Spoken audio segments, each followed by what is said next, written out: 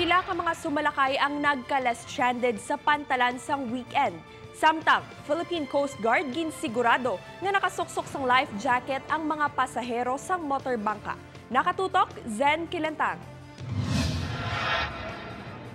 Nagahulat si Manang Riza upod ang iya pamilya sa Parola Wharf. Nagpasimpalad sila nga makasakay pa uli sa Jordan Guimaras, bangod wala makahingaga o gani nagpaligad ini sang gabi sa Iloilo. Damo kami pa makalba lang. Tikay tungod nga wala ka mukha, no? May gintulugan ka mo dere? Nagpa-hotel kami.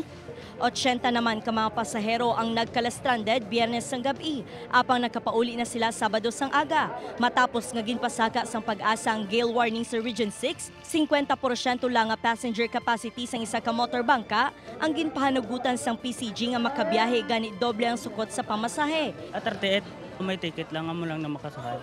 Gina-adjust lang kayo, siyempre ito subong mga 50% gina-adjust nila tag 30 ang PT. Damo mo lang na. Ang biyahe sang Fastcraft nga may ruta Iloilo-Bacolod and vice versa ang ginkanselaman. Subong man sang Roro vessel sa Dumangas Port kag Lapuz Wharf. Samtang nag-issue man sang stoppage order ang Coast Guard sa Jordan Motorbangka Cooperative matapos nga maghinyo ang mga inisang untat biyahe bangod sang dalagko nga balod kag pugada sa lawod. Prioridad sang PCG ang kahilwayan sa mga sumalakay gani ginasigurado nila nga nakasuksok sang life jacket ang mga pasahero antes maglakat ang sakayan. Ang amuda nga policy, wear a night, especially ini nga mga malain na chimpo, bago na mo sila i-clear ang motorbangka. Ang iba nagasunod naman sa pulisa, ilabi na kung maglain ang panahon. Natural, magtsok-tsokin na yan.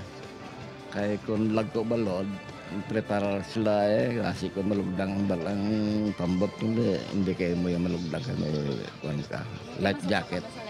Willing ko mag-isuot ng life jacket for my safety.